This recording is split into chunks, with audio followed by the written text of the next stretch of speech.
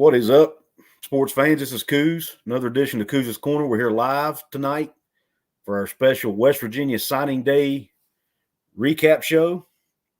I'm here with Travis Knobbe from Last Word on Sports College Football. He's a beat writer that covers the Mountaineers. How you doing, Travis? I'm doing good, Justin. How are you, man?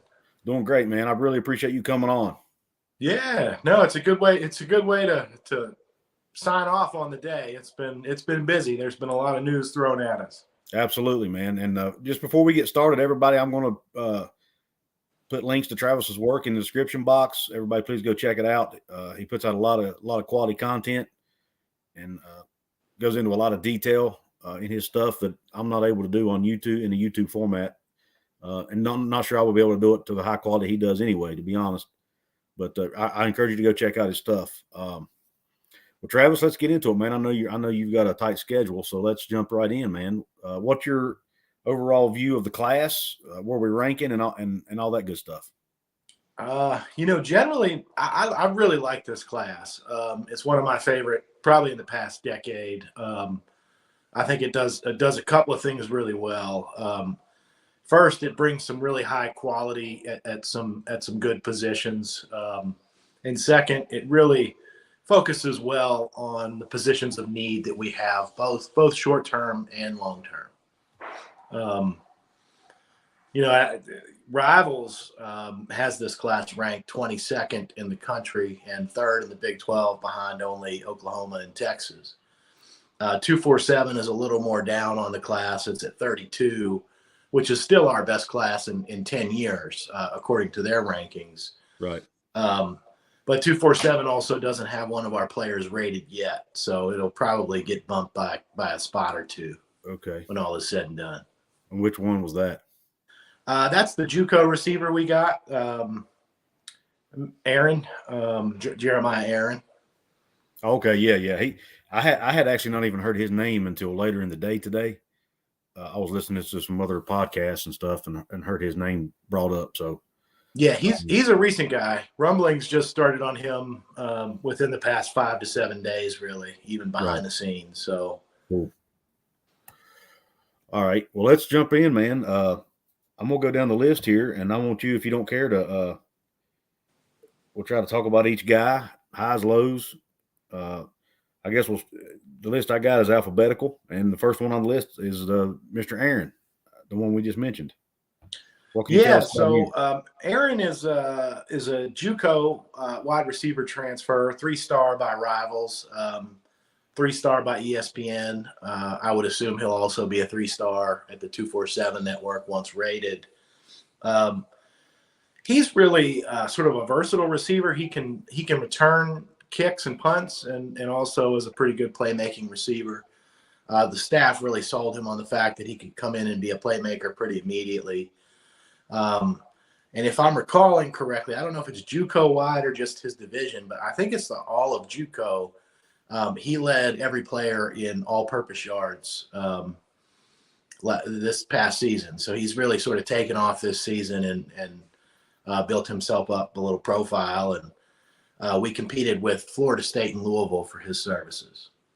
Awesome. Yeah. We beat out a lot of what you want to call blue blood schools for a lot of these guys, from what I'm hearing today. So yeah, it's really kind of amazing, and it'll save me the trouble of saying that after every player, but it's really amazing. I mean, more than half the class we beat out, between half dozen and a dozen or more other Power 5 programs, some of whom were in really hot pursuit. For example, when we get to Jacoby Spells, that's a guy in Miami's backyard that Miami really wanted badly. Mm-hmm. And it's rare that we beat them out for that kind of a player. And we got him, and he's signed, and he's in the class. Well, go ahead, and since you mentioned his name, go ahead and touch on him real quick.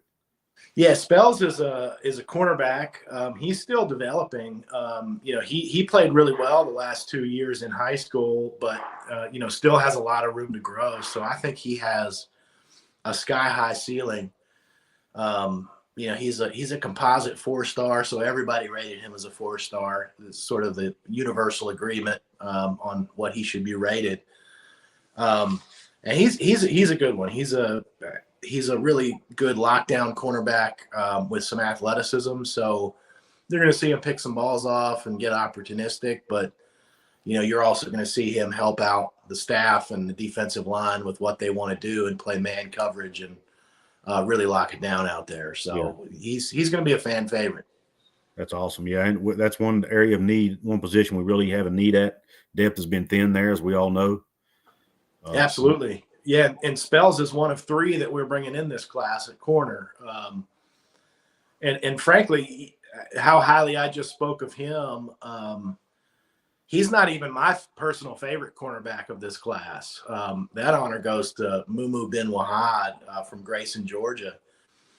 That guy, I live in Georgia, so I've talked to a lot of the football coaches around here. So I've heard with my own ears from 2 very good coaches that they believe he's the best lockdown corner in the state of Georgia this year. And that's saying something, because there are a lot of 5 and 4 stars that are coming out of this neck of the woods. Right. And then sort of trailing up the rear. But, any other year might be the standout corner in the class, but Tyron Woodby, who almost reclassified and came in this year, is another 3-star cornerback we add to this class. So we've got we're retooling, so to speak, on the cornerback front. Right. All right. Well, in that position room, as I'm looking at the list here, was there anybody else in that position room? I noticed a couple guys in here that are listed as athletes. DeCarlo C.J. Donaldson was one of those. I'm not sure. Do you know what they plan on doing with him? Yeah, Donaldson is probably tight end, but a pretty versatile tight end. So he wouldn't fit in that cornerback room. Christian Stokes is one. He was one. He was also very highly sought after, from what I understand. Yeah, absolutely. And my early articles this year, actually, I pointed out that so far we had X number of sort of blue chip guys by at least one of the 3 major services. And I thought that 2 of them in particular would at least raise in the rankings as the season went on. And they both played very well this season, but they didn't see that bump. And Stokes is one of them. Stokes is a high 3-star safety out of Michigan that, Michigan State really pursued hard. They ended up landing Jaden Mangum that we thought we were going to get as well. Right. But Stokes is probably the better of those 2 safeties. He's kind of in the KJ Dillon, Carl Joseph mold of really sort of blue collar, hard hitting and opportunistic when needed safeties. Awesome. He's going to continue to develop, and I think he's going to be a really good one for us. Cool. And then the other guy I thought was going to see increase in ranking was Ben Wahad, who I talked about in the cornerback room. Right. So you touched. I think that's all the corners, right? Yeah, all the corners and one of the 2 safeties, and then we'll hit on the other safety, which would be McLaren. Yeah, Hershey McLaren goes by Hershey. Yeah, he's he got a 4-star JUCO rating actually, so he's a late ad blue chip for us, and he's going to be. Whereas Stokes is going to probably compete for playing time, later in the year. I think Hershey's going to come in and compete for playing time pretty immediately. He's a little bit more versatile in that he's probably a cover safety, a little bit more than Stokes, who's going to be a hard hitting in the box safety. Right. That doesn't mean McLaurin's afraid of the box. He'll get in there too. But his strength is going to be probably at that free spot, maybe cat. But he's a good one. He's going to fill some needs for depth and bodies right off the bat. Right. Yeah, that's. I'm glad they hit that position hard, because that's one of the areas I was really concerned about coming into this class was our defensive backfield, because we're losing some really productive guys there, and we're thin there anyway. Yeah, and I would expect we're not done. I would expect we're going to grab probably a total of 2, maybe through the transfer portal, maybe some late ad high school or JUCO guys. But Right. I don't think they're done there because over the last few years, we can talk all we want about, like, is the transfer portal a good thing or bad thing, and how much has it really hurt us? Where it's hurt the most is depth in the secondary, and we've lost a lot of bodies there. Right. We need to stop that bleeding, and this class really does that well. I agree with you. Yeah, Coach Brown, I heard him say today that he was going to try to get at least 6 or 7 more guys, not at that position specifically, but total out of the portal. He was hoping. So he's definitely going to hit the portal hard. Yeah, no doubt. Let's switch position rooms for a minute, and let's go to what's next on the list here. Let's stay on the defensive side of the ball and go to linebacker. Raleigh Collins III. Yeah. So Raleigh Collins comes out of Philly. He's a 3-star guy. He's maybe a little overlooked compared to the other 2 linebackers we've got coming in, but of the 3, he's probably the most versatile linebacker we're bringing in.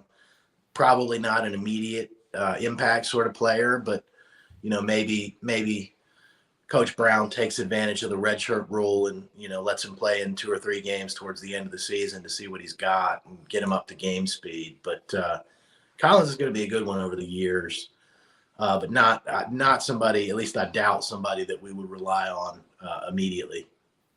Right. Yeah, and I heard Jordan Leslie today in his when he was talking with Tony Caridi and the guys that Collins is one of those guys. Like you said, he's versatile. He can play multiple positions. Mm-hmm. Outside linebacker, safety, wherever they need him to go, really, he can play there. Yeah, and if you notice, it's been a trend over the past 2 or 3 years with the staff really talking about guys that they use the term multiples, guys that can do multiple things on the field.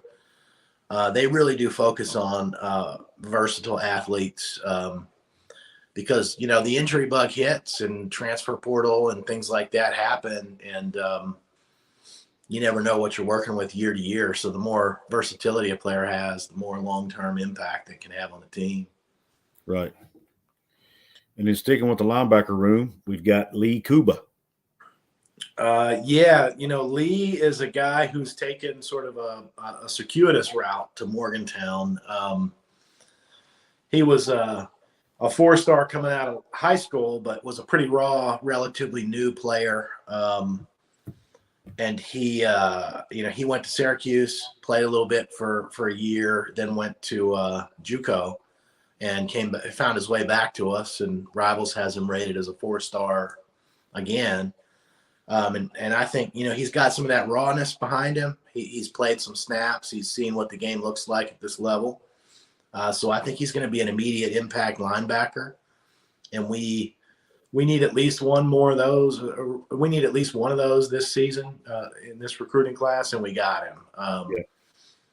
I'd expect them to probably try to get one more through the transfer portal.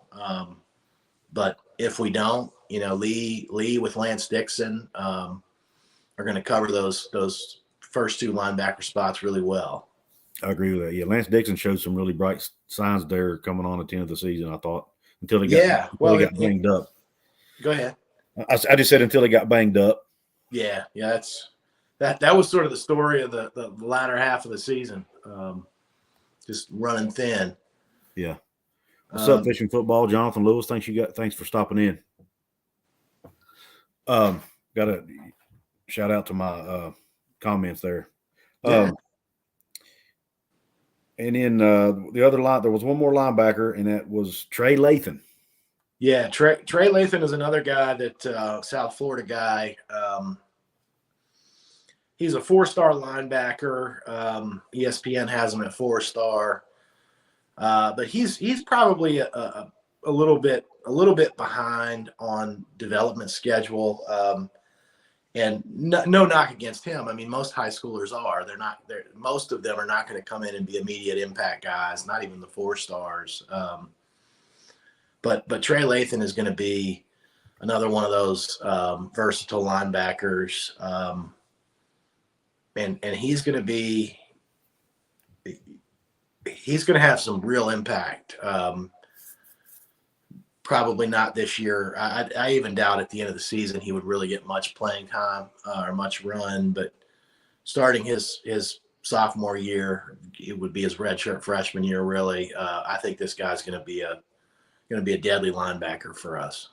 That's great to hear. Yeah, I'm really excited about these guys, man. Everyone we've talked about so far really excites me, and I think they all have bright futures. Yeah, absolutely. Let's go to defensive line. Let's look at I hope I don't butcher this name, Zaki Lawton. Yeah, Lawton sort of got away from us last recruiting cycle. He was the second highest rated recruit out of West Virginia. He ended up going to Cincinnati for a year, and they redshirted him, so he still has 4 years of eligibility remaining. He signed today, and he's going to enroll for the spring semester, so he'll be on campus in just a couple of weeks. But yeah, Lawton is pretty good. He was recruited out of high school as an edge rusher or an end, and he's put on about 40 pounds, is what I hear, at Cincinnati. So right. He could probably be one of those multiple guys for the staff, where he could play edge, or he could play one of the tackle positions. A little bit undersized, but that's sort of been our bread and butter, is right. 270 to 290 defensive tackles instead of the 305 heavy guys. Yeah, absolutely. And I just think it's cool that the two major guys we've missed out on in state. Doug Nestor was under Dana, but Coach Brown's went out and he's gotten the three top players in the state the last 2 years. Well, actually 4 the last 2 years. Yeah. Count Sean Martin in that. And then this year he got the top guy in which we'll get to in a minute, in the tight end. Mm-hmm. And then he brought the two guys that got away from us. He got them back in with Doug Nestor and now with Lawton. So he's bringing in the top guys in the state, which is what he promised to try to do, man. And I think that's a great sign. He's made it a focus, and it bodes well for the future. Not only for West Virginia, but also the university, but also for the state, because the more attention that our head coach of a Power 5 conference school puts on development of in-state players, the more likely we are to have some Pop Warner programs spring up, and more and more development from an early age with our in-state kids. We could definitely use it. Absolutely. And then the other D lineman, the one I'm probably most, other than Nicco, who's the obvious one, I'm probably more excited about this guy than any guy in this class. And that's the kid out of Georgia, out of Collins High School. I think his name's Redwood. Yeah, Asani Redwood. So I actually got the opportunity to see him this past Saturday. I have a kid who plays for Milton High School down here in Georgia, and they faced off against Collins Hill in the Georgia 7A state championship. And, so I knew that he was a potential commit over the following days. So I looked really closely at him and took a lot of notes about what I thought. And, Redwood is still a little raw. He was a late bloomer. Some of that's just because Collins Hill is a very talent-rich program. Right. So there were still some plays where he seemed maybe a little unsure of himself. But he's got a really sort of natural high IQ at the position. And he's, when I was looking at it from the stands, I sort of thought, man, this guy looks bigger than other kids here. And mind you, to set the stage, there's at least a dozen Division I Power 5 prospects between the two teams on the field. So wow. For somebody to stand out against that means that they're going to stand out on the next level too, because, he's going to be playing, 10 to 12 of these guys are going to be playing at the same level he is. But I thought, this guy's probably about 6'3", 250-ish. And when I look on his profile, turns out he's 6'3" and a half, somewhere between 250 and 260. So he's a big boy. Piled up a lot of stats this year, but sort of how he does it was most impressive to me, because he's just very disciplined player. most of the game against Milton anyway, Collins Hill ran sort of a different front where the defensive line, normally they want to push back into the backfield, right? Yeah. They actually actively engaged the offensive linemen and pulled them where they wanted to. And then whenever a gap would develop through that sort of mechanism, the closest defensive lineman to the play would then sort of disengage and swim through and get in that way. Yeah. It really caused Milton a lot of headaches. And, Lawton was in, or not Lawton, but Redwood was in on a tackle for loss, half sack, and several critical tackles right at the line of scrimmage. So played really well. And again, he's a little raw still, but in a year or two, he's going to be big impact for us. Yeah. What I've heard about the guys that he's probably going to be more of a third down rush type guy. He's not going to be in on every down.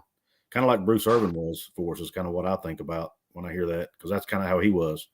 Yeah. And, most there's not a thing wrong with that, because the cat was a 15th pick in the draft, playing basically one down a series. So yeah, there's definitely a market for that kind of guy, right? Oh, absolutely. You always need rushers.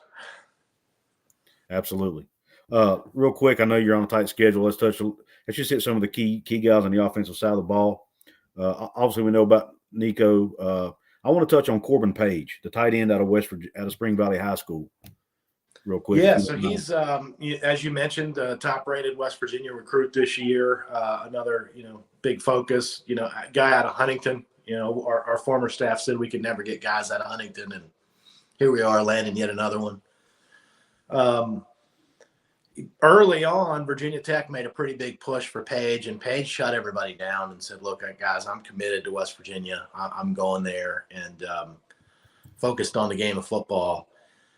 Sort of early on, particularly in his junior year, he looked like he might evolve into an offensive line sort of body. He was focusing more on the blocking, and he was just a little oversized.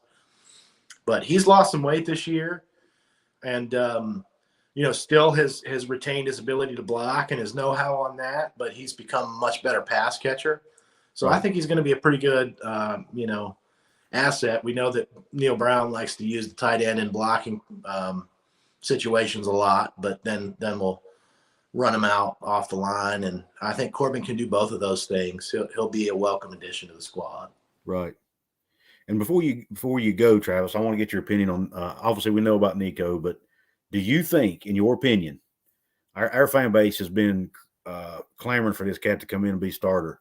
And I've been trying to tell them to kind of tone it down a little bit, that kids don't usually come in and start as true freshmen at the Power 5 level. What is your thoughts? Do you think he'll be able to come in and play right away, or what? I mean, the fact that he's going to be in school in a couple of weeks certainly helps his case there. A lot of people don't realize that head coaches really can't name recruits by name until they sign their letter of intent. So Coach Brown hasn't really talked a lot about him until today. And in his first comments, he said, I don't remember him ever saying this about a player. He said, this guy's going to be a fan favorite from day one. Yeah. Which tells me that Brown's going to try to push him into being able to give us some meaningful snaps year one. But I don't, until you see something on the field, until you see him in spring, until you see him sort of pick up the playbook and run with it, it is probably wise to temper expectations a little bit. I actually wouldn't be surprised to see the staff try to bring in a one-year starter through the transfer portal to sort of bridge the gap. Like Bo Nix. Yeah. I mean, maybe Bo fits that mold. I don't know if there's as much of a connection as people think there is. Probably not. And plus, I don't know if we'll Bo's see. Great anyway. I mean, I don't know how much better Bo is than what we have on the roster now. No, Bo's made. You ask any Auburn fan what they think of Bo Nix, and they say that he's schizophrenic. I mean, one game he looks really good, and the next game he looks really bad. And we know how that feels already. So I don't know that I want to go through that again. Exactly. So maybe let's get some consistency and see what happens. Even if one of the young guys has to grow with some lumps, I mean, it's better, I think, than bringing in a guy who's just going to be here a year doing the same thing. Yeah. Well, Travis, it's 8. Do you need to roll, man? It's 8:25. I know you're on a tight schedule. Yeah, I think maybe one more position group I want to touch on briefly, and then one more player. Yeah, go ahead. The offensive line. One thing I was looking at is we brought in 4 guys. I doubt that any of them play very much their true freshman year. We're not bringing in a Zach Frazier or a Wyatt Milam type, but we're bringing in 4 high quality bodies and just average out their height and weight. And the average size of the offensive linemen we're bringing in is 6'5", 302 pounds. And that's high school weight, right? So Right. some of them got room to grow up and some of them have a little room to grow down. But I remember a graphic at the beginning of the Oklahoma game about 6 or 7 years ago where they said that our offensive line's average height was 6'1" and average weight was 280. So that tells you we're starting to bring in a different type of body. And I think that's going to pay dividends many years down the road. I agree with that. I totally agree with that. I was thinking about that today, actually, how our offensive lines, I don't know if it was Ron Crook, one of our old O-line coaches. I don't want to misspeak, but I think it was Crook. I could be wrong, but he liked guys that were quick. And they did. They focused on that zone block scheme instead of like scheme. Raw. Right. But that's just the difference in mentality. Personally, I think you need meat on the line, a lot of wear and tear. And then real quick, the other offensive player I want to focus on, because some people have said, well, where do we really get with the skill positions outside of Nicco? And, we talked about Corbin Page, but Jarrell Williams, the wide receiver out of Alabama, if you have not seen film on this kid yet, you need to look at it. I think you'll get some comfort about what we've got coming in at that position. Right. ESPN has him highest rated of any service. They've got him as a firm 4-star. But he had a heck of a senior year, and those stats didn't just happen accidentally. I mean, well over 1,000 yards, 15 or more touchdowns, and they didn't happen by accident. He's got some skill. Check him out if you haven't already. Yeah, Williams, Jarrell Williams, Saraland High School. That's the one you're referring to, correct? Yep, that's the guy. Yeah, he's one of our top. He was one of the big gets for us in this class. He and Marchiol, and there was one more cat that was a 4. Who was the other 4? There was another 4-star in the class too, I think, or at least he was 4-star in some spells. Yeah, no, there's several by others, but like Spells was the other universal 4-star. Right. Yep. So, but I appreciate you. Yeah, man. Look. Yeah, thanks for having me, man. That was great stuff, man. That's why I brought you on, because you always know your stuff, and I know you. I don't do as good a job keeping up with recruiting as I should. I'm going to try to start doing better now that I'm doing this, but I just have a hard time remembering it, to be perfectly honest with you. I don't have a great memory, but I can always rely on you to give me the details on these cats, man. That's why I wanted to bring you on. Listen, I'm happy to help anytime. Hope you enjoy your evening. Hope anyone watching, any fans, enjoy their evening as well. It's a good day to celebrate. Yeah, absolutely. It's a great day to be a Mountaineer. Yes, thanks, sir. Travis. All right, take care. Man. All right, guys. Touch a minute on some guys that we weren't able to cover. Obviously, Nicco Marchiol, as we talked about, he's a quarterback we've all been clamoring for. Kid is a superstar. He was voted State Player of the Year in the state of Arizona. I think they won a state championship. If not, they finished runner-up. Left-handed kid. He can move in the pocket. He can scramble. Got a cannon for an arm. Just go check out his videos, guys. Nicco, Nicco. I'm going to put it in the comment box. Nicco for those of you who aren't Mountaineer fans. Go check out the video where he led his team to, I think they were down 17 points or 24 points or something crazy like that, with just over a minute to go in the game, and they come back and won. And he basically was being the quarterback, he led that charge. Kid was playing so hard, he literally threw up on the ball before the snap, before the game-winning play. That's how hard this cat goes at it. He's got the it factor. He's got great charisma. He's a good leader. The guys rally around him. He's been recruiting other players to West Virginia. He's really, our fan base is putting a lot of pressure on the kid, but honestly, I think he'll handle it well. He seems like that kind of guy. His dad was a professional football player, so he's got that pedigree.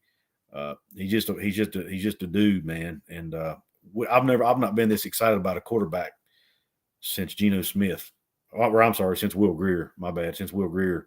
But let me rephrase that. I've not been excited about a kid coming out of high school quarterback since Geno Smith. Will Grier was a transfer, obviously, but this is probably the best quarterback recruit potentially we've had since Geno. So we're all very excited about it. But some other guys that Travis and I didn't have a chance to talk about. We talked about the Corbin Page kid, the tight end. I wanted to talk about him out of West Virginia. He actually had an offer from Oregon. That's how good this cat is. So anybody that says that the state of West Virginia doesn't produce good football players, this kid's an example. Now, look, we don't produce a lot of them because we're such a small state. Our population is only 1.8 million people. So you can usually count on one hand the number of Division I Power 5 guys we have coming out of the state. Coach Brown's focus has been to get every one of those guys. And so far he has pretty much. A couple of them we've had to get through the transfer portal that we missed on and then come back. But he's landed he's been landing guys that I don't think the previous staff would have gotten, to be honest. And this is probably one of those. And we do have a need at tight end now because our backup tight end TJ Banks just entered the transfer portal a few days ago. So we're gonna need another body at tight end. And then punter, Oliver Straw, another Australian punter. Come out of that Pro Kick Academy over in Australia that trains American kickers. Kid can kick with either foot. He can kick rugby style. He can kick a spiral. He can kick end over end. He can kick it any way you want to kick it. That's great quality to have in a punter. I think, I expect him to be really good. He goes by Ollie. He was actually the first kid to sign today.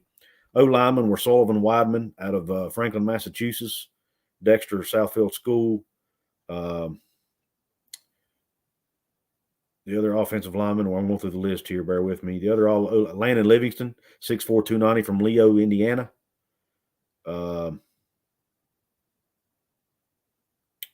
Charlie Katarincic, 6'5", 285 out of Pittsburgh from Choate Rosemary School.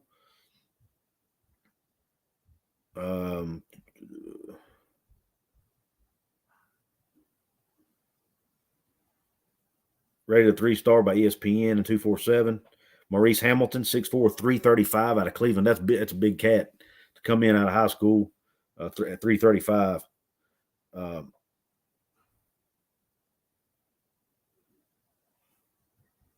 He also had offers from Iowa State and Purdue.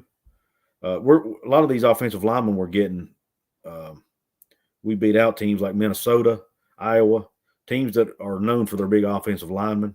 We were able to beat them out. The C.J. Johnson athlete that Travis and I talked about, they got him listed as an athlete, but I think they're going to bring him in as a tight end. He's from Gulliver Prep in Miami, another South Florida kid. He held nine offers, including Florida, Florida State, Indiana, Miami, and Ole Miss. We were able to get that kid. Obviously, the Lyn-J Dixon, the running back transfer from Clemson, we're all excited about. Pretty much every quarterback on our roster right now are more power runners, like to go straight downhill. And they wanted to bring somebody in that had some twitch and could make people miss in the open field. And Lyn-J Dixon fits that mold. I think he's only got 1 year of eligibility left. But and Coach Brown actually had a relationship with him from his days at Troy. Coach Brown was recruiting one of Lyn-J's teammates and got to meet Lyn-J on some visits and stuff. And Lyn-J visited campus and the whole bit with the other kid. So Coach Brown got to know him a little bit. And, of course, he vetted the situation at Clemson to make sure he was going to be a fit because of what happened there. And Coach Brown said he heard nothing but positive things about the kid. I think we've covered just about everybody that I want to talk about. Well, the one thing I want to mention is I want to give kudos to Coach Brown. One thing he said today in his press conference, and he owned it. He owned it. A lot of our fans are hard on Coach Brown because they say he never holds himself accountable, and I disagree with that. But today he made a comment, and he's owned it. He said his first year here, he missed on a lot of guys in recruiting. And, it takes a big man to admit that. He'd only been here a year. He only had 1 year to recruit a whole class. And he got a lot of athletes, but some of the guys weren't a good fit for West Virginia. He said some of them weren't a good fit for the state and the culture. Some weren't a good fit for the university. Some just weren't a fit for what they're trying to do scheme-wise. and he missed on that, and he admitted it. That's probably some of the guys who have left through the portals, probably some of those guys he's talking about, I would imagine. But this time they wanted to make sure they got it right. They wanted to make sure they got guys that not only were talented, but were a good fit for West Virginia University. Morgantown, West Virginia is not for everybody, and he knows that, and there's nothing wrong with that. But he wanted to make sure the guys he brought in were good fits for the city, for the school, for the university, and for what they're trying to do as a program and scheme-wise as well. And he thinks he's done that this time. And, of course, last year being a COVID year, recruiting was kind of hindered. Couldn't do a lot of home visits, couldn't do on-campus visits. This is actually the first true normal recruiting cycle Coach Brown has had. And we got half our fan base wanting him fired. And this is the first full recruiting cycle the guys even had at the school. So that's why I think if we give this guy time, let him bring in his type of players that fit what he's trying to do, I think we'll get where we want to be, or at least get close. Obviously, where we want to be is national championships, and I don't know how realistic that is, but I think we can at least compete for conference titles under Neal Brown eventually, and that's where we want to be. Scott, I'm going to get to some comments now, guys. I'm sorry. Travis was on a tight schedule, so I didn't want to take up his time. Jonathan Lewis says West Virginia finished ahead of Vandy. Yeah, the other day, Jonathan and I were talking. Vandy was one spot ahead of us in the rankings going into signing day, but looks like we passed them up. And I'm sure flipping the Redwood kid, he was actually committed to Vandy, and we flipped him last minute. So that I'm sure that helped us with that. Fishing Football says, what's up? I think he may have already signed off, not sure. Emory Jones will be in the portal after the bowl game, as I predicted. Get you one Coos. Yeah, I'd love to have a guy come in. I'd love to have a quarterback from the portal come in for a year until Nico's ready, because I just don't, unless Nico's just one of these Caleb Williams type guys, which maybe he is. I don't know. I hope he is. Unless he's one of those type guys that can come in and play as a true freshman, he's probably going to need a year to develop. Scott Grable, top 25 class. Congratulations. Yeah, according to Rivals, we are. 247 Sports and some others don't have us quite that high, but it's still a good class. Scott Grable says that Jill Hall from Alabama may enter transfer portal. If he does get him, the man's a beast at wide receiver. We definitely need some bodies at wide receiver. Most of our guys are going to be seniors. It was weird. We had like a recruiting class where in our wide receiver room, almost everybody in that room, or at least all the top guys on, in the starting lineup at wide receiver, are all in the same class. So we need some younger guys to bring in to replace them. And they try to do that in this class, and I think they're wanting to try to get one or two more, either through the portal, as you mentioned, or maybe through the February signing day as well.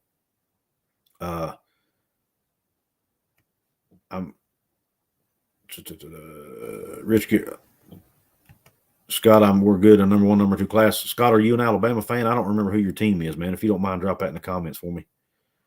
I was thinking you're an Alabama fan, but I could be wrong. Who did you get on O-line? Travis touched on it, Scott. If you need more detail, bro, I can give it to you. I do have the list in front of me here. I didn't know how much detail you wanted me to get. Let me find them again. The Landon Livingston kid, he had offers from Arizona State, Cincinnati, Illinois, Indiana, Iowa, Michigan State, Minnesota, and Purdue. To me, you look at a kid, the other offers a kid had, to me, means more than his stars, because if he had that many schools after him, that many Power 5 schools, and that shows you the kind of talent he is. Then the other O-linemen, I think I mentioned them already. The Weidman had offers from Boston College, Duke, Indiana, Georgia Tech, Michigan, Michigan State, Minnesota, Nebraska, Pitt, Syracuse, Vanderbilt, and Virginia. And we were able to land that kid. It's a big get for us. And just to go back to Nicco for a minute, just to tell you how good he is.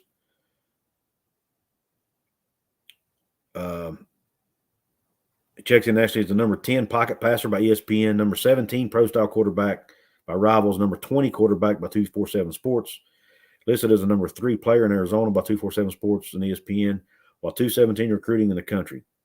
Holds 27 offers, including Arizona State, Arkansas, Colorado, Florida, Florida State, Georgia, Georgia Tech, Kentucky, Louisville, LSU, Michigan, Michigan State, Mississippi State, Nebraska, Ole Miss, Penn State, Rutgers, TCU, USC, Utah, and Washington State. and we got the kid. That's why his fans are so excited, man. West Virginia doesn't often beat some of these schools that I listed for skill position play, for any player, much less skill position guys. And Nicco picked us, man. He's from Arizona all the way across the country, but he fell in love with West Virginia University, fell in love with the campus, fell in love with Coach Brown and the staff. He's been at 3 or 4 home games this year already. The cat is going to bleed gold and blue, I believe. And I really, it's one of the reasons I would kind of like to see him play in his freshman year, just so we don't lose him in the portal. Because nowadays, if cat don't play, he's gone. Some other comments. Paul Tyson, possibly for QB, 6'5" cannon for an arm. Is he Bama's backup, or is he or third string, or what is he? I'd like to know. I've heard the name. Brandon says, "Look like this recruiting deal worked out great today, and looks like you may hit your 1,000 subscribers. Happy for you." Oh, yeah, thanks, Brandon, man. I couldn't do it without all you guys, man.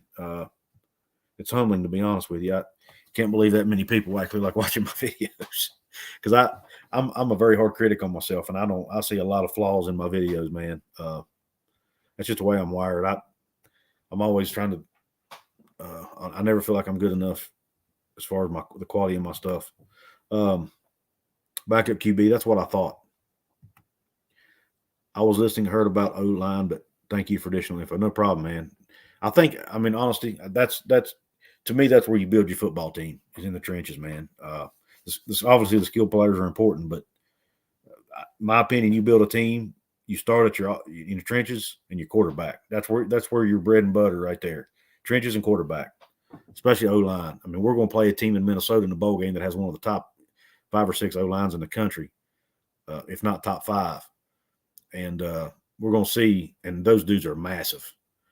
So back to what Travis and I were talking about, man, size matters up front. And I think the staff we have now realizes that. So they're trying to get bigger. And obviously, like you said, the guys we brought in, none of them are huge right now for a college lineman, but we have our strength and conditioning program is top notch at West Virginia. And I got faith that they're going to get these guys up ready to play by their, sophomore, junior year anyway.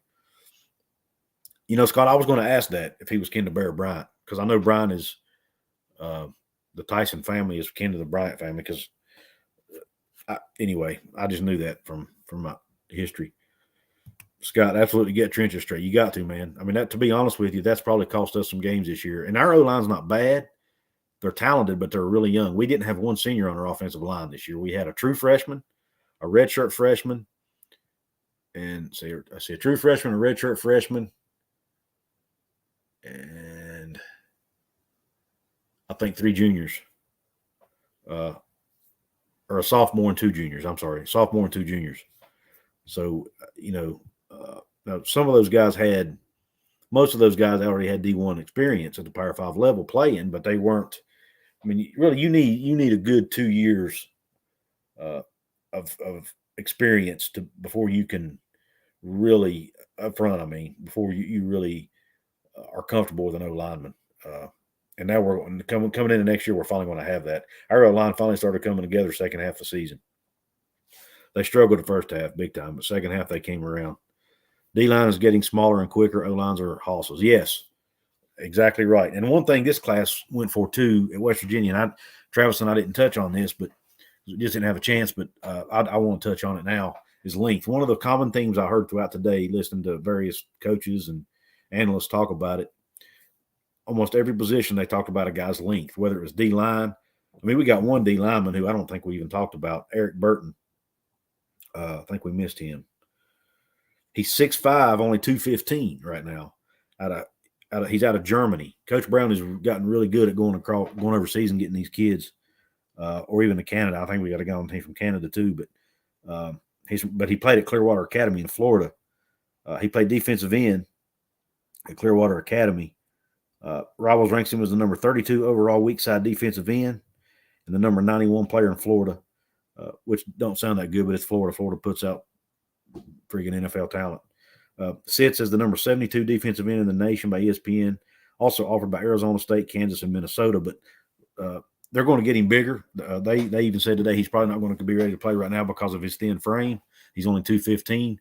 But dude, he's 6'5". And one of the things that we struggle with as a line, defensive line, is getting we don't bat a lot of balls down because our guys are shorter up front. So they wanted to get some height in there on that defensive line to help make things harder on opposing quarterbacks. And Burton was one of those guys. But he's also, he's going to have some quickness too, I'm assuming too, because of his size.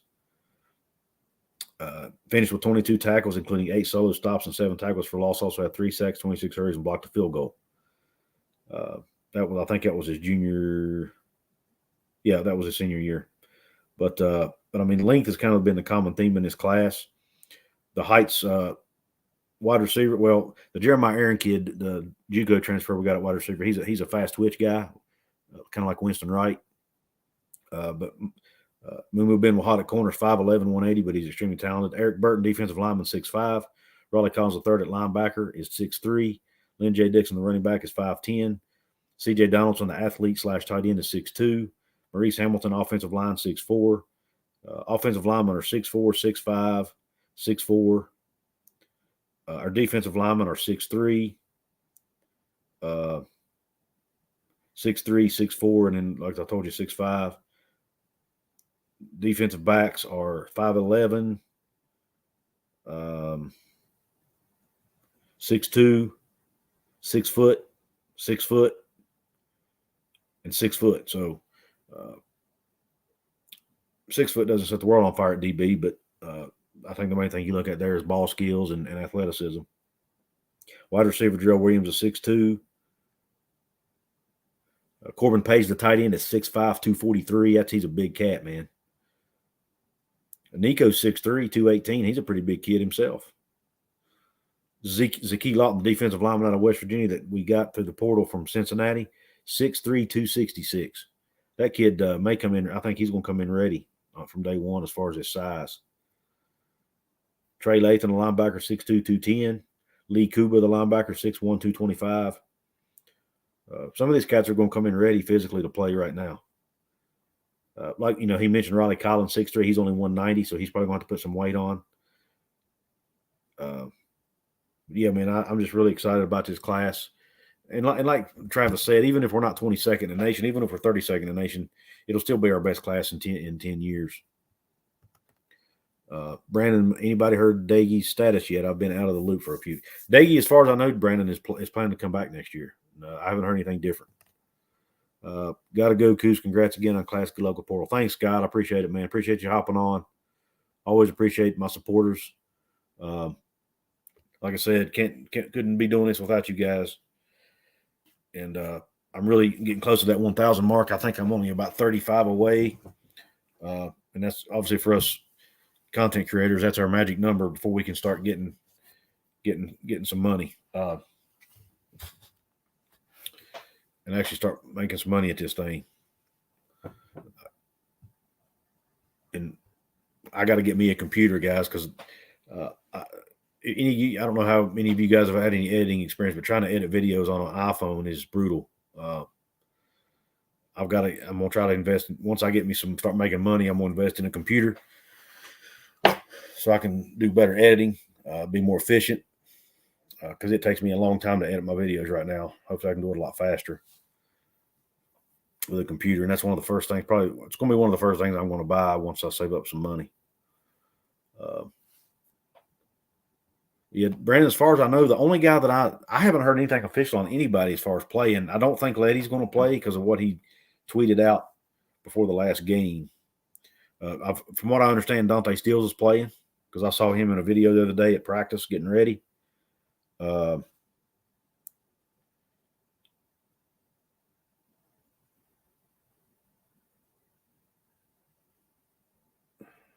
Trying to see if I see some tweets from any of these guys to answer the question about who's playing. Let's see. Josh Chandler Samito is the one I've been kind of wondering about. I don't know if he's playing or not.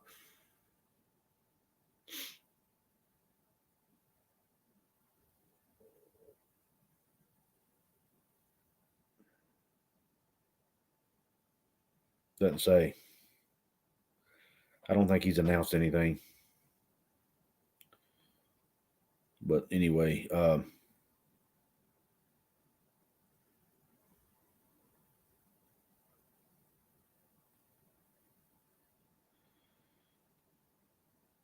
yeah, I don't know. Anyway, guys, I don't really have a whole lot else to talk about. I don't want to hold up your night. If you guys got any comments or questions, Outlaw College Football's on here.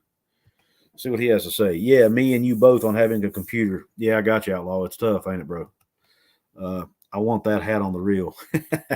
Yeah, man. I'm not gonna say what store I found this at because the guy refused to sponsor me. I'm not giving him any credit. But I got this at a store in West Virginia. I was looking around for some stuff for my background and stuff, and just some different things, and I found this hat and fell in love with it, man. It's probably my new favorite hat, honestly. And also got that banner behind me, or the pennant. I got it at the same store, but like I said, I'm not telling you where because it's nothing against the guy. He's got to make business decisions best for him, but I'm not going to send him business if he's not going to help me out. Just the way it goes. Brandon Bailey. So wonder if Nicco will redshirt, or you guys think he will give Daggy a run for starting QB? And what about Green and Crowder? Any info? Don't have any info, Brandon, but based on what Coach Brown said today, they asked him if Nicco was going to come in ready. He said, let's just get him here first. And he said, ask me at spring practice. But he said that's yet to be determined. So that means, in my opinion, as much as he was talking about Nicco and as much as he was talking him up, he said he's going to be a fan favorite from day one. He said the kid's he loves football. He lives it and breathes it. His dad was a professional football player. He's a good leader. He's got charisma. I mean, the way he was talking about the kid, I think he's going to give him a legit shot to earn the job. I'll be honest. And I hope he does. I mean, I know it's hard for a freshman to win the job, but if he wins the job fair and square, I want him to start. I really do. I think he just needs to put all those guys and let them battle it out in the spring and summer. May the best man win. Now, look, guys, I think Brown's looking in the portal for a QB too. I don't want to give away because I think I'm going to do a video on this, but there's a kid out there right now that West Virginia has reached out to, who is probably kind of flying under the radar right now in the transfer portal that West Virginia has reached out to. And I hope we get him. I got a WU half sleeve shirt that I had to wear for a contest that I sponsored. Maybe I will wear next interview. I will be the Mountaineer Cowboy on occasion just for you. That's cool, buddy. I appreciate that. Outlaw of College Football always gives West Virginia love, guys. He shows a lot of respect. He's an Alabama fan, but he shows us some love. He and I have done a few videos together with Jonathan Lewis, College Football Jonathan Lewis, who I recommend you go check out as well. Check out Outlaw College Football's videos and check out College Football Jonathan Lewis. Both of those guys are doing tremendous work. Brandon says, why would we need another QB with 3 already? Good question. I don't know. When you see this cat throw a football, and like I said, I don't want to give my video away too much, but when you see this cat throw a football, you'll know why. And I'm wondering the same thing. I think it's gotten to a point now, Brandon, this is just my opinion, but with the transfer portal the way it is, man, he probably anticipates somebody's going to leave, would be my guess. I don't know if it's Jared or not, but, maybe Garrett or Goose is going to leave. I don't know. Yeah, we got 4 quarterbacks now, counting Nicco. You're right. I don't think we really need another quarterback. No, like I said, all they did was reach out. They haven't offered a kid, as far as I know. They just there's a kid that came on the scene late as a quarterback in the portal, and Lane Kiffin was the first one on him. I will tell you that. But Lane Kiffin has actually offered him already. But West Virginia is one of a few other schools that have reached out to him, but they haven't offered him, to my knowledge. Can't help but love those ear traditions. Don Neal and Major Harris were awesome. They were, Outlaw. They, I wasn't a huge Don. Of course, I was really young when Don Neal was coach. Well, I wasn't that young. I was in my teens, but early 20s when he retired. But I wasn't a huge fan of his style because he was just basically an I formation, running up the gut type guy. And he lost like 11 bowl games in a row or something. He was terrible in bowl. Our teams under him were terrible in bowl games. But he did things the right way. We did compete for national championship under him. Only time we've ever done it. We had several 10-win seasons under him. Went undefeated twice in the regular season. So, he was definitely a great coach. Can't knock him there. And then Major Harris, arguably the best quarterback to ever play at West Virginia. I'd say it's a toss-up between he and Pat White for who's the best. And then Paul Tyson of Alabama may be transferring. Yet somebody else in the chat said that, Outlaw. Scott Grable. Outlaw, what do you know? What do you know about Paul Tyson? Number one, what class is he? Junior, freshman, sophomore? 2, was he a 4-star, 5-star kid? Is he only there because of his name? Sometimes I think about that when I see these kids that are legacy guys. Is he only there because he's a Bear Bryant's grandson or whatever? What's the deal with that?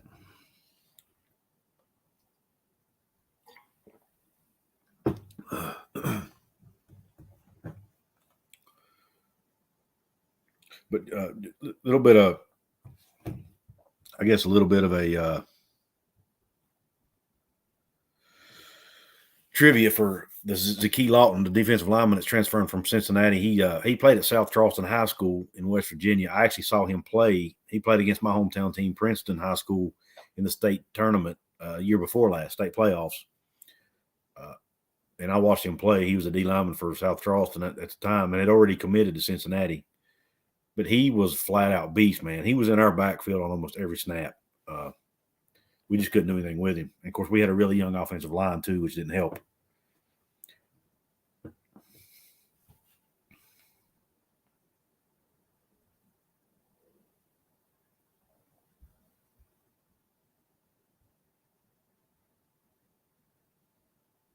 Sorry, guys. My wife's texting me something. Can't ignore the wife. Outlaw College Football says, I think he's a redshirt sophomore or junior. That's a cool thing about these lives, guys. You get to see the YouTuber in real life scenarios, man. To be honest, I think it's kind of cool. You kind of get to know people a little bit better, their personalities, and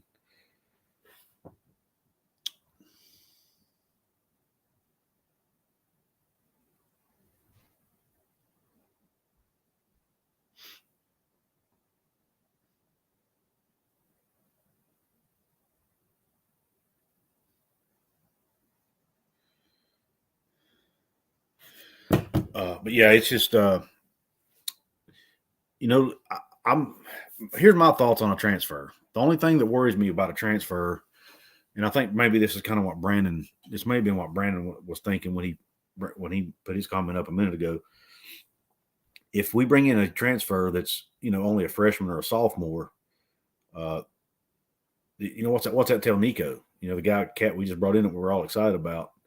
Does that tell him that I just don't think it's a good look. If you got a freshman kid that you're high on like Nico, and you think he might be able to come in and impact your program the way we think he can, I don't know that you bring in a young transfer. Now, you might go out and get a grad transfer like a Bo Nix if he's a fit, or somebody like that might be only have 1 or 2 years left to play, just to transition from Daggy, just to give you somebody to transition from Daggy to Nico.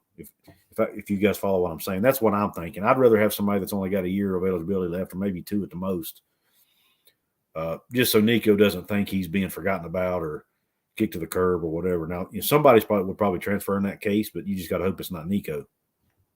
And in Outlaw College Football, Tyson had offers from numerous major programs as a high schooler. I think Kentucky, Georgia Tech, North Carolina State may have offered him, so he's decent, not just a legacy. It's good to know. I figured as much. Nick Saban doesn't strike me as a guy that's going to sign a kid because of his name, but I figured it was a fair question to ask. And with Bryce Young only being a sophomore, the kid probably won't play, so it wouldn't surprise me to see him transfer. And I heard Emory Jones from Florida was looking to transfer. Does anybody on here know what year Emory Jones is in at Florida? Because I'm not sure. Chad Atkins, thanks for popping on, man. We need a nose tackle and defensive tackle in this year's class.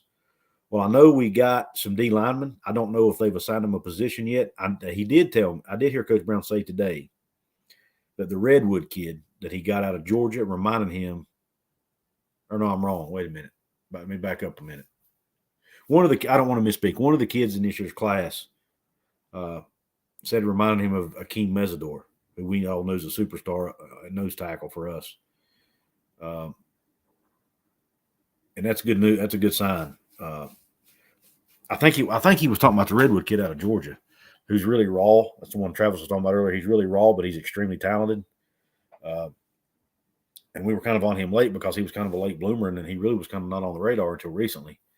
But the cat had offers from everybody. I mean, matter of fact, let me look at the list here. Let me find him, guys. Bear with me a second.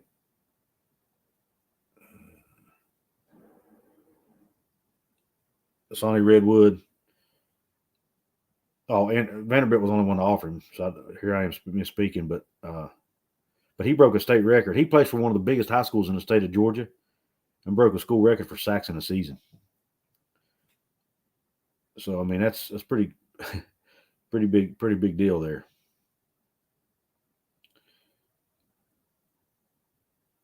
And we all know Georgia puts out a lot of good talent, but when they saw this cat, they saw another Akeem Mesidor, so they went after him. Brandon Bailey says that's my point, but Chad, to answer your question, we've got several D linemen in the class. I'm sure one of those will, I just don't know if they got the Redwood kid. He'll probably be a rush. I'm sure he'll be a defensive line tackle or defensive end probably. We've got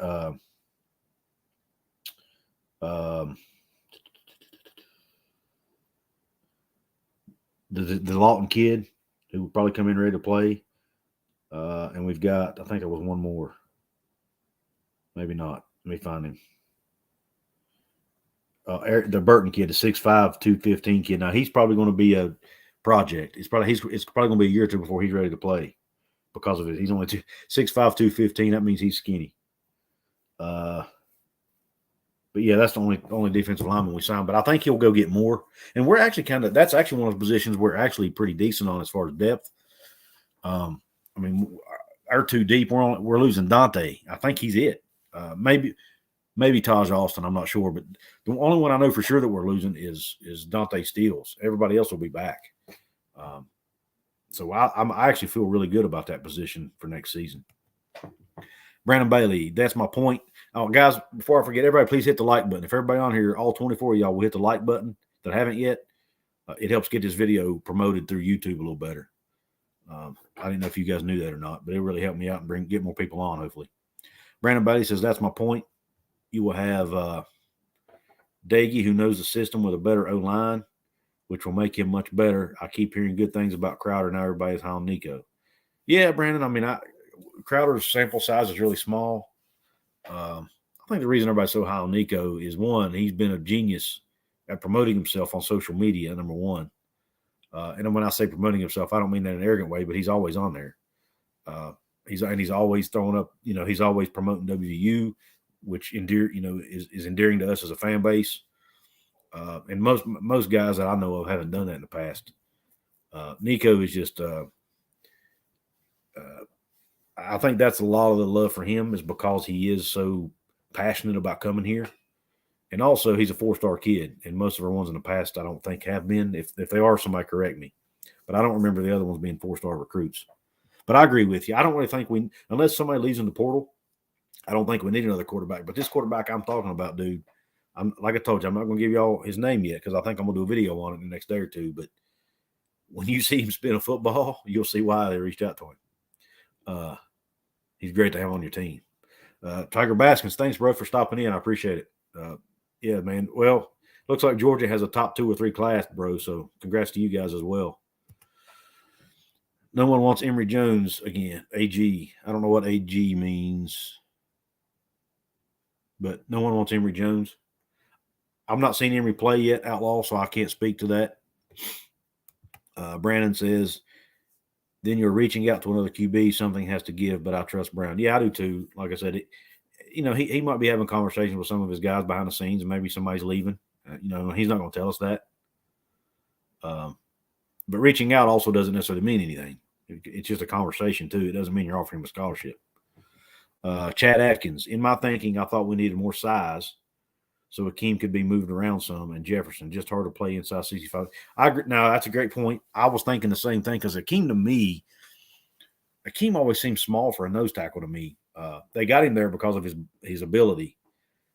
He's so good, and he takes up 2 blockers at times. But he's not a huge guy for that position. And I always felt like he would be better served on the end as a tackle or at the end where he can get to the quarterback a lot easier. Because he's a good pass rusher. I mean, heck, he had 4 or 5 sacks his freshman year. So, and then they moved him to nose, which I thought was strange. But my gut feeling is they probably didn't have anybody else to play that position as well as him, so they just put him there. Maybe they'll move him back outside next year. I don't know, and put Jefferson there. If it was me, I'd like to see him put Akeem where Dante was at defensive tackle. Maybe put Jordan Jefferson at the nose. That's just me. But now, obviously they know they're the ones who get paid $1 million a year, $2 million a year to make these decisions. But you're right, Chad. I agree with you. Outlaw college football. We need to have a multi-team tailgate at neutral game like in Nashville. Party scene. Yeah, man. That would be fun. I'd love to do that one sometime. I've been wanting to go to Nashville anyway and take my wife with me. But our schedule just never works out with our schedule. I actually may be going there for work, but it's in February, so it wouldn't line up with a bowl game. Let's go to the Music City Bowl one year soon. It would be a great time. Yeah, it would be, man. Look, Nashville's just a great city. Like I said, I may be going there in a couple months. Not 100% sure yet for work, but it'll be mostly. I'll only be there a night or two, so I won't get to. And I'll be doing a lot of work stuff. So, but it is a fun city. I've been there once before. Only got to spend a couple hours downtown, but it was on a Monday night. For any of y'all who haven't been in Nashville, I was there on a Monday night, middle of the week. Almost every bar in that place had a live band. Some of them were packed to the front to back. I couldn't believe it. I'm like, man, it's a Monday night and they're partying in this place, man. It's crazy, but that's what Nashville is, man. And some very talented musicians. I mean, extremely talented. You go in one bar, they'd be playing Bon Jovi. You go in the next one, they were playing Journey. You go to the next one, they're playing Johnny Cash. Next one, they'd be playing George Strait. I mean, any kind of music you want, Nashville's got it, and that's what's cool about it. And I'm a music lover, as you can see here. My AC/DC memorabilia here. The original AC/DC, Brian Johnson, Angus Young, Malcolm Young, Phil Rudd, and Cliff Williams. I forgot his name, but my wife and I are big music junkies, and so I would love to be able to spend some time in Nashville and actually get to enjoy it. Outlaw says my wife loves Nashville. My wife would too if we ever get.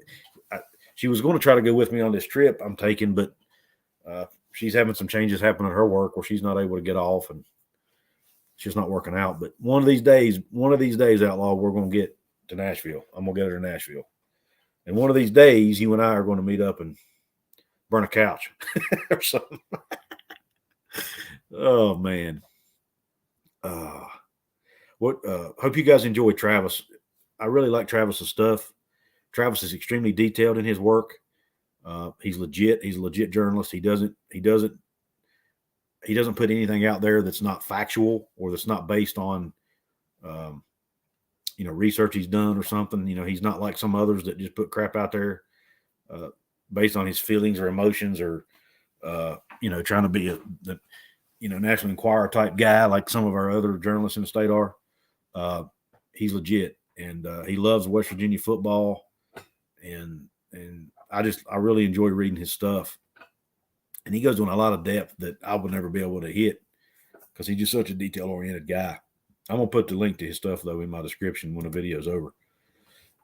Lots of people think Nashville is country only. It is far from the truth. Matter of fact, there were more people playing rock music when I was there than there were country. There was one dude, and of course, obviously, I don't know any of these people. They're all locals, I guess. But there was one guy singing Bob Seger, man. Absolutely awesome. Just flat out awesome. And I like Bob Seger anyway. And this cat was singing. I don't remember what song it was. It was like a rock maybe, or anyway, wonderful song. Wonderful, talented dude.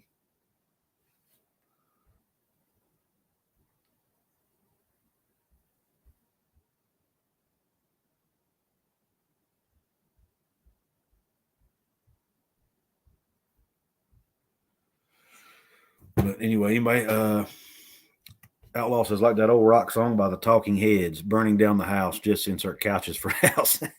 Good point. Good point. Yeah, we used to like to burn couches.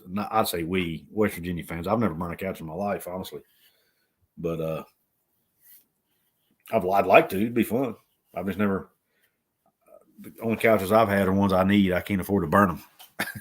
I need them to sit on.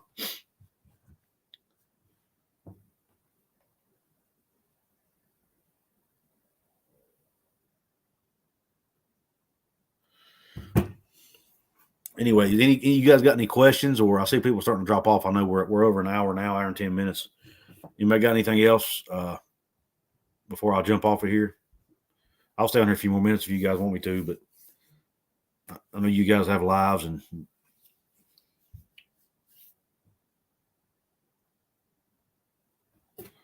But if you guys got any other questions about the signing class, Outlaw says, I like all genres, country, rock, rap, everything. You know, me too, Outlaw. The only thing I don't care for classical. Not a huge jazz, don't like jazz. You know, I don't really like blues, but I tell you, man, the older I get, the more I like a little bluesy stuff, to be honest. I dig a little blues. Let me tell you, my wife and I are concert junkies. This is totally off topic, but like I said, these are live videos. I'm gonna give you guys a little insight into my life. My wife and I are huge concert junkies. We usually go 3-4 concerts a year. That's our date night is going out of town for a night to a concert somewhere. But we're rock music, mainly rock music, a little bit of country. But our favorite bands are Shinedown, Breaking Benjamin, Korn, Five Finger Death Punch, Red, Skillet. That's some of the bands that we like. Then we also like some country, and we like some Luke Combs, some Morgan Wallen, some little bit of Jason Aldean, Luke Bryan, Florida Georgia Line, that kind of stuff. George Thorogood, Outlaw. I like some George Thorogood, Bad to the Bone. You know, he wrote that song about me, don't you? It's my theme song. If I wouldn't get, I should open every video of that song, but they might get me for copyright infringement. Bad to the Bone.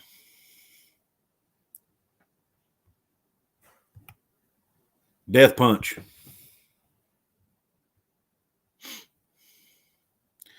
I don't know if y'all noticed in the review video I did the other day, or preview video I did the other day, I actually had a Five Finger Death Punch shirt on.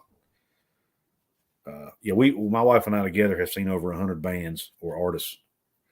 Like I said, we've seen AC/DC. Unfortunately, Brian Johnson wasn't with them at the time. Axl Rose was singing for him. We've seen Guns N' Roses. We've seen Metallica. Who else? We've seen Red Hot Chili Peppers. We've seen Shinedown about 12 times. We've seen Breaking Benjamin about 12 times. We've seen Five Finger Death Punch like 5 or 6 times. Seen Skillet about 5 or 6. We actually got to meet Skillet in a hotel one time. Great people. Met Shinedown, met Skillet. We've met Blackstone Cherry. We've seen them. They're really good live. Little Southern rock sound. Trying to think of some other bands. There's Papa Roach, Pop Evil, 3 Days Grace, Chevelle. We've seen Jason Aldean several times. We went and saw Luke Combs a couple months back. Luke Combs puts on a really good show, by the way. I recommend it. I was able to take my 12-year-old daughter, to see Morgan Wallen in Bristol, Virginia, not too long ago. He puts on a really good show as well if you like country music. Outlaw says, my first ever concert was Motley Crue, Warrant in 1988, BJCC Bam. You know, Outlaw, right now, there was a tour supposed to happen last year. It got canceled because of COVID, but it was supposed to be Motley Crue, Def Leppard, Poison, and Joan Jett and the Blackhearts, man. I want to go to that. And now they've rescheduled it. I want so bad to go to that show. I just don't know if I'm going to be working on my schedule. But, dude, those are Poison and Def Leppard were 2 of my favorite bands growing up. I see people dropping like flies, so apparently they don't give a rat's behind about our music, Outlaw. They want to hear about football, not music, I guess. It's all good. Listen, I see people are starting to drop. Metallica was great. Yeah, they were great, man. One was my favorite song they did live, probably because they shot pyro off to make it sound like bombs exploding. They had fireworks going off actually in the bleachers. They blocked off parts of the stands where people wouldn't sit, and they put pyro off in those sections to make it look like bombs going off at the beginning when they do the intro, like the war scene intro. Awesome stuff, man. We see Godsmack's another one we love. We really love Godsmack. They put on a great show live. Sully, the lead singer, and the drummer have a drum battle against each other, man. One of the coolest things I've ever seen. West Virginia for the SEC. Yes, I agree with that. And I'm going to end on that note. I appreciate everybody jumping on with me tonight. Thanks for all your support. I'm almost to 1,000. Thanks to all of y'all, all your support. Continue sharing my videos, please, to people you know will like them. And I'm going to sign off. Let's go Mountaineers.